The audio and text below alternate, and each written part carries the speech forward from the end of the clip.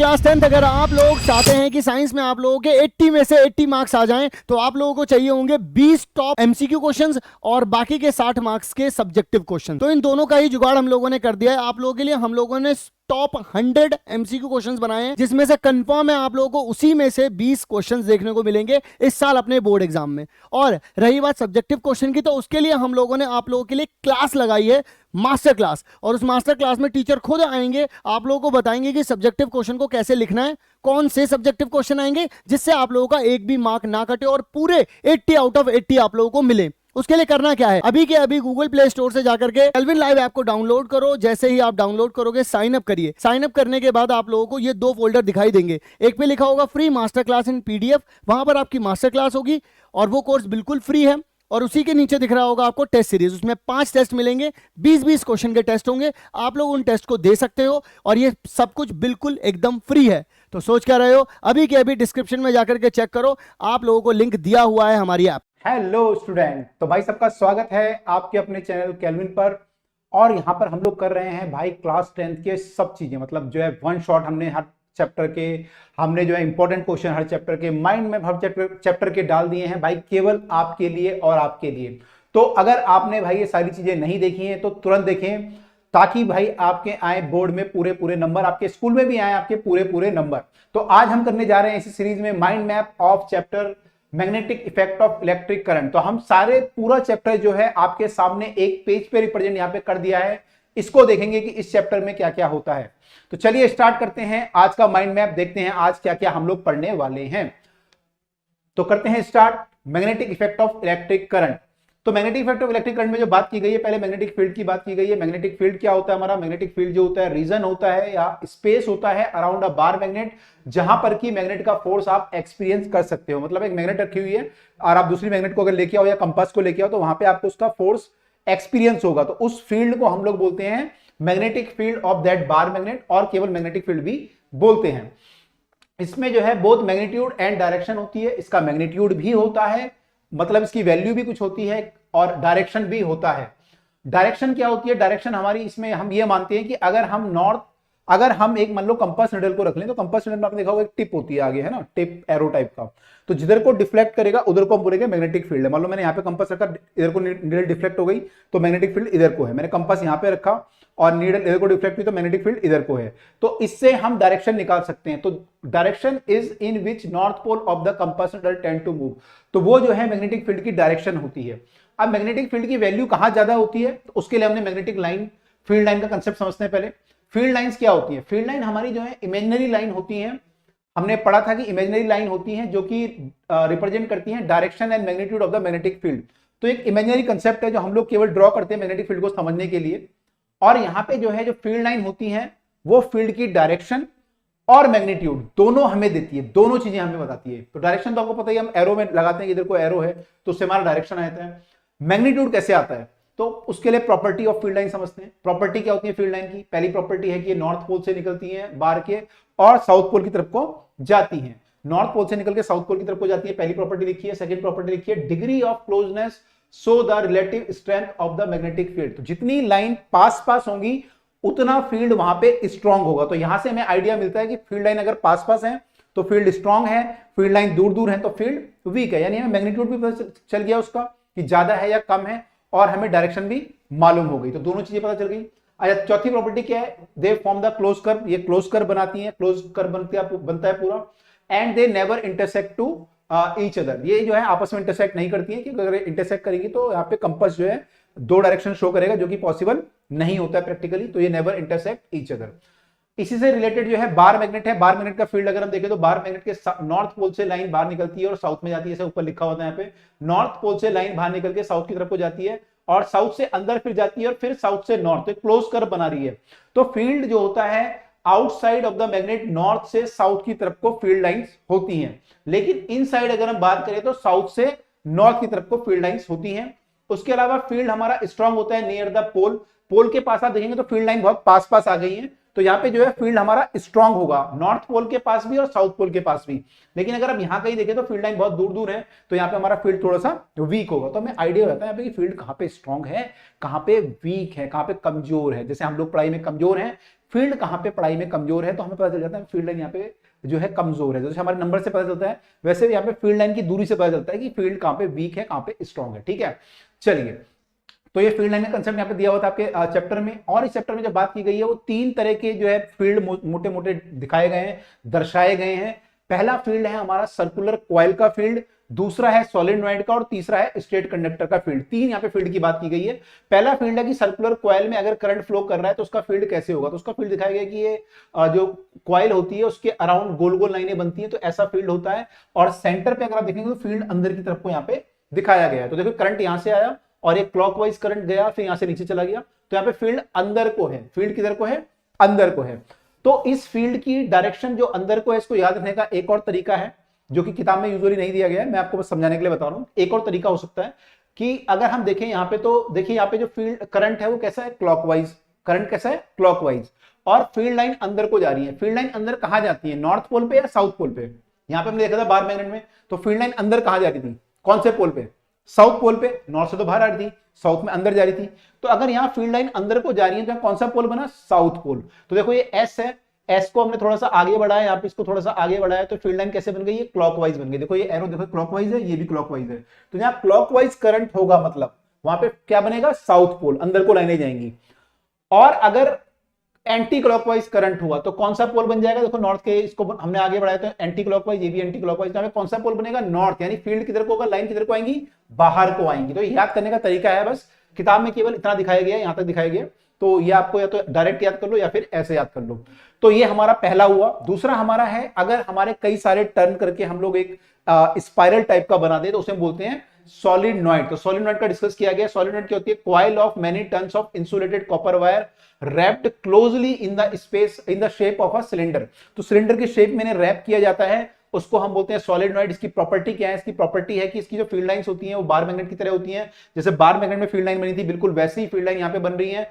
Inside जो field होता है, आप देख रहे हैं फील्ड लाइन यहाँ पे पैरेलल है और बराबर दूरी पे है। तो जब बराबर दूरी पे फील्ड लाइंस होती हैं और पैरेलल होती हैं, मतलब फील्ड क्या है? हमारा यूनिफॉर्म है। पूरे इसके अंदर जो फील्ड है वो यूनिफॉर्म, बाहर नहीं है। बाहर तो नॉन यूनिफॉर्म है क्योंकि यहाँ दूरी अलग अलग हो जाती है, लेकिन अंदर जो है पूरा फील्ड क्या है? यूनिफॉर्म फील्ड है।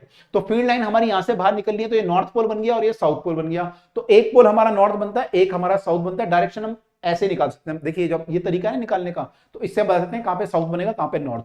तो जैसे मान लो यहाँ पे करंट हमारा, मान लीजिए यहां से हम देख रहे हैं और करंट हमारा क्लॉकवाइज है, तो क्लॉकवाइज करंट मतलब ये साउथ पोल बनेगा। तो यहाँ पे साउथ पोल मतलब लाइनें अंदर को जाएंगी। और अगर एंटी क्लॉकवाइज करंट होगा तो नॉर्थ पोल बनेगा, लाइनें बाहर को आएंगी। तो इस केस में यहाँ पे एंटी क्लॉकवाइज बन रहा होगा, तभी फील्ड लाइन बाहर को आ रही है। तो यहाँ पे क्या बन रहा है? North pole. ठीक है, तो याद करने का तरीका है क्योंकि क्वेश्चन ऐसे भी आ सकता है। अब अगर हम इस सॉलिनॉइड के अंदर एक आयरन की रॉड डाल दें तो फील्ड बहुत ही स्ट्रांग हो जाता है, बहुत स्ट्रांग हो जाता है। तो अगर हम एक सॉफ्ट आयरन कोर डाल दें इसके अंदर तो बोलेंगे उसको इलेक्ट्रोमैग्नेट। तो ये इलेक्ट्रोमैग्नेट बन जाएगा। तो इलेक्ट्रोमैग्नेट का फील्ड जो होता है बहुत ही स्ट्रांग होता है। ठीक है, बहुत ही स्ट्रांग फील्ड होता है। इसका जो यूज किया जाता है वो भारी चीजों को उठाने में हम लोग यूज कर सकते हैं इलेक्ट्रोमैग्नेट का, कि जो भारी चीजें हमें उठानी है क्रेन वगैरह में, तो वहां पे इलेक्ट्रोमैग्नेट का यूज होता है। यहाँ पे एक और क्वेश्चन बीच में पूछा जाता है, मैं आपको बता दूं कि मैग्नेट में और इसमें क्या फर्क है इलेक्ट्रोमैग्नेट में।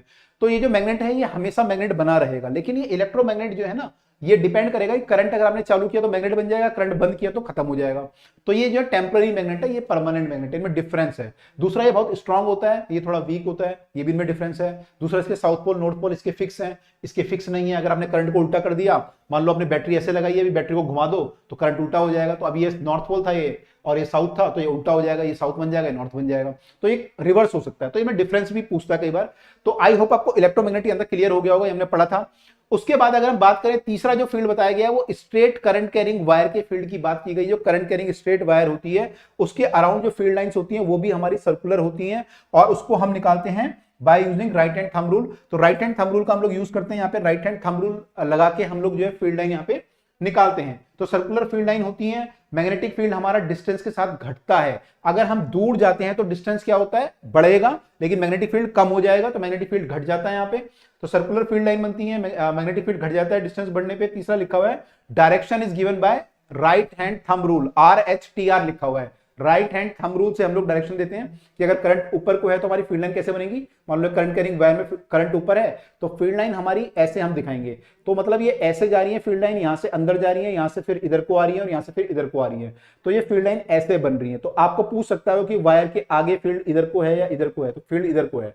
वायर के पीछे देखेंगे तो फील्ड मेरी तरफ को है, इधर को देखेंगे तो इधर को है, ठीक है, बाहर को है, इधर को अंदर को। तो ऐसे करके क्वेश्चन इसमें बनते हैं। तो ये हमें ध्यान रखना है कि राइट हैंड थंब रूल क्या होता है। राइट हैंड थंब रूल है, ठीक है, राइट हैंड फ्लेमिंग नहीं है, फ्लेमिंग अलग होता है, वो अभी सिलेबस में भी नहीं है हमारे वैसे। तो राइट हैंड थंब रूल जो है यहाँ पे जो है हम लोग यूज करेंगे। उसके बाद जो इस वायर को अगर हम किसी और फील्ड में, देखो वायर का अपना फील्ड बन गया मैग्नेटिक फील्ड, तो ये मैग्नेटिक तरह बिहेव करने लगी। अब इसे अगर हम किसी और मैग्नेटिक फील्ड में रख लें तो क्या होगा, रिपेल करेगा या अट्रैक्ट करेगा उसे। भाई एक मैग्नेट है, ये भी एक मैग्नेट है, दूसरा एक और फील्ड आ गया, तो ये अट्रैक्ट या रिपेल करेंगे, तो इस पे फोर्स लगेगा। तो वो फोर्स जो होता है वो कब लगेगा, जब ये किसी इनसाइड अ मैग्नेटिक फील्ड, किसी मैग्नेटिक फील्ड के अंदर हम इस वायर को रखेंगे तो इस पे फोर्स लगेगा। उसकी डायरेक्शन कैसे पता चलेगी, किस पे डिपेंड करती है डायरेक्शन, डायरेक्शन डिपेंड करती है उसकी करंट पे और मैग्नेटिक फील्ड पे, कि इस वायर में करंट कितना है और जो आपने फील्ड बाहर से लगाया वो कितना है। इसका फील्ड नहीं, जो बाहर से फील्ड लगाया वो कितना स्ट्रॉन्ग है, उस पर डिपेंड करेगा। और फोर्स हमारा मैक्सिमम होता है जब करंट और फील्ड आपस में परपेंडिकुलर हो। देखो फील्ड किधर को भी हो सकता है, फील्ड इधर को भी हो सकता है, फील्ड इधर को भी हो सकता है, फील्ड इधर को भी हो सकता है। तो अगर इधर को फील्ड होगा, दोनों पैरेलल हो गए, तो इसमें फोर्स नहीं लगता हमारा। फोर्स कब लगता है, जब फील्ड हमारा कुछ एंगल पे होता है। तो देखो करंट इधर को है मान लो और फील्ड हमारा सेम डायरेक्शन में, तो फोर्स इज जीरो। लेकिन अगर फील्ड हमारा कुछ एंगल पे है तो फोर्स लगेगा, लेकिन मैक्सिमम कब लगेगा, जब दोनों परपेंडिकुलर हो जाएंगे। देखो एंगल तो कुछ भी हो सकता है, 5 डिग्री, 10 डिग्री, 20 डिग्री, 90 डिग्री, 90 तक एंगल हो सकता है। तो 90 पे फोर्स मैक्सिमम होता है। तो force is maximum when I is perpendicular to B. ये यहाँ पे लिखा हुआ है कि जो वायर पे फोर्स लगता है वो मैक्सिमम होता है जब आई जो है, करंट जो है, perpendicular to the external field होगा। उसके बाद अगर हम डायरेक्शन निकालना चाहें किधर को फोर्स लगेगा, आगे को लगेगा, इसमें पीछे को लगेगा, लेफ्ट को लगेगा, राइट को लगेगा, तो वो कैसे निकालते हैं, by using left hand Fleming rule. Left hand हम लोग फ्लेमिंग रूल यहां पे यूज करते हैं। लेफ्ट हैंड फ्लेमिंग रूल ये बोलता है कि अगर आप अपने सेंट्रल फिंगर को, फोर फिंगर को और थंब को परपेंडिकुलर डायरेक्शन में रखें, और अगर सेंटर फिंगर जो है वो करंट की डायरेक्शन में आपने रखा हुआ है, फोर फिंगर आपने मैग्नेटिक फील्ड की डायरेक्शन में रखा हुआ है, तो थंब जो होगा वो फोर्स की डायरेक्शन आपको देगा कि इस वायर पे फोर्स किधर को लगेगा। जैसे मान लो इस केस को हम देख लेते हैं एक बार ताकि आपको आइडिया हो जाए। अच्छा उससे पहले आपको बता दूं, ये लिखा है यहाँ पे, ये जो थंब होता है मोशन को बताता है कि किधर को फोर्स लगेगा, किधर को मोशन है उस पर, और ये बताता है फील्ड की डायरेक्शन। जो आपका फोर फिंगर होता है, ये आपका सेंट्रल फिंगर जो होता है, मिडिल फिंगर भी बोलते हैं उसको, वो करंट की डायरेक्शन बताता है। तो हम बोलते हैं फादर मदर चाइल्ड, है ना, father mother child, force magnetic field current. अब जैसे मान लो ये वाला केस था, इस वाले केस में मान लो मैं मैग्नेटिक फील्ड इधर को लगा दूं, कि मैंने एक बार मैग्नेट लिया और उससे फील्ड इधर को लगा दिया, ठीक है, तो फील्ड इधर को है, तो मेरी ये वाली उंगली है, फील्ड किधर कौन सा होता है, ये फील्ड होता है, तो फील्ड मेरा इधर को होना चाहिए। करंट किधर को होना चाहिए, ऊपर को, तो करंट में कर दूंगा ऐसे ऊपर, तो करंट ऊपर हो गया, फील्ड इधर को, अभी इधर को होना चाहिए। तो आप ना ऐसे करना, ऐसे मत करना उंगलियों को, गड़बड़ हो जाएगा नहीं तो ऐसे करा मैंने, तो करंट ऊपर हो गया, फील्ड इधर को हो गया, ठीक है, करंट इधर को, फील्ड इधर को, तो फोर्स किधर को आ रहा है, थंब अंदर को आ रहा है। यानी अगर फील्ड इधर को होगा तो फोर्स किधर को लगेगा, अंदर को लगेगा, इनसाइड द बोर्ड लगेगा, तो हम बोलेंगे इनसाइड द बोर्ड। तो हमने कैसे निकाला, by using left hand Fleming. सब लोग लेफ्ट हैंड लगाना, राइट हैंड मत लगा लेना, ठीक है, जो स्पेशली राइटी लोग हैं ध्यान रखना अपना, क्योंकि राइट हैंड की में आदत होती है। तो ये हमारा जो है लेफ्ट हैंड फ्लेमिंग रूल हुआ, बहुत इंपॉर्टेंट है, हमारे सिलेबस में भी यही है, एक तो राइट हैंड थंब रूल और left hand Fleming. Right hand Fleming हमारे नहीं है सिलेबस में, अच्छी बात है, आपको नहीं तो कंफ्यूजन रहता था कई बार बच्चों को। अब जो इसमें लास्ट में दिया गया छोटी सी चीजें और दी गई हैं, एक तो डीसी और एसी दिया गया है, डायरेक्ट करंट और अल्टरनेटिंग करंट।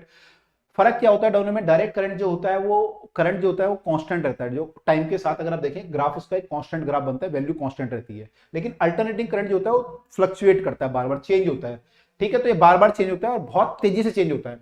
मतलब ये मान के चलिए इंडिया में तो 1 सेकंड में 50 बार ये अपना जो है ऐसा कर्व बना देता है, 50 बार, इसकी फ्रीक्वेंसी 50 हर्ट्ज होती है, तो उसको हम बोलते हैं अल्टरनेटिंग करंट। अब इसका यूज क्या है, एडवांटेज, अल्टरनेटिंग करंट की एडवांटेज क्या है, अल्टरनेटिंग करंट की एडवांटेज ये है कि अगर आपको इसे लॉन्ग डिस्टेंस में ट्रांसमिट करना है, जैसे मान लो आपने बिजली बनाई कहीं हिमाचल में और आपको दिल्ली ट्रांसफर करनी है, तो अगर हमें लॉन्ग डिस्टेंस में इलेक्ट्रिक करंट ट्रांसफर करना है तो एसी करंट में जो होता है एनर्जी लॉस कम होता है। जो एनर्जी आप चाहते हो एनर्जी लॉस कम हो, भाई दिल्ली तक जब एनर्जी आए तो लॉस ना हो, कम से कम हो, तो वो एसी में पॉसिबल है। एसी में क्या होता है, लॉन्ग ट्रांसमिशन में एनर्जी लॉस कम होता है, डीसी में ज्यादा होता है, इसलिए हम एसी को प्रिफर करते हैं ट्रांसमिशन के लिए। उसके बाद डोमेस्टिक सर्किट की बात की गई है, जो घर में हमारे सर्किट होता है, तो घर में डोमेस्टिक सर्किट में 3 वायर यूज होती है, लाइव वायर और न्यूट्रल वायर और अर्थ वायर। लाइव वायर जो होती है वो रेड कलर की होती है, पॉजिटिव बोलते हैं इसको, न्यूट्रल वायर हमारी ब्लैक कलर की होती है माइनस, और अर्थ वायर जो होती है जो ग्रीन कलर की होती है। कैसे कलर की होती है? ग्रीन कलर की। तो अर्थ वायर भी हम लोग यूज करते हैं, शॉक से बचने के लिए अर्थ वायर यूज करते हैं।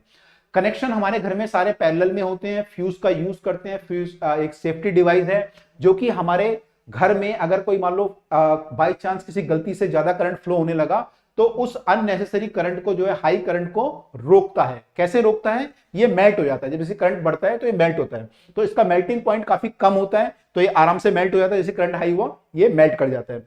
और ये जो बनाया जाता है वो कॉपर, आयरन, लेड इनका यूज करके बनाया जाता है। तो हमारे घर में यूजुअली दो तरह के सर्किट होते हैं, कम करंट का यूजुअली 5 एम्पियर का और एक 15 एम्पियर का। 5 एम्पियर का जो सर्किट होता है वो हम बनाते हैं फैन, लाइट, जो छोटे मोटे इंस्ट्रूमेंट है उनके लिए। और 15 एम्पियर जो होता है वो हाई, जो हमारे पावर वाले इंस्ट्रूमेंट है, जैसे मान लीजिए गीजर है, हीटर है और एसी है, उनके लिए हम लोग जो है ये यूज करते हैं। तो दो तरह के हमारे सर्किट होते हैं। तो भाई ये सारी बातें जो है आपके चैप्टर में दी गई हैं, तो हमने ट्राई किया कि ये सारी चीजें आपके सामने एक पेज पे रिप्रेजेंट करें। तो आई होप आपको समझ में आया होगा सारी की सारी चीजें। मैं एक बार हट जाता हूं, अगर आप पूरा पिक्चर लेना चाहते हैं you can take the picture, और हम आपको इसकी पीडीएफ भी प्रोवाइड करेंगे।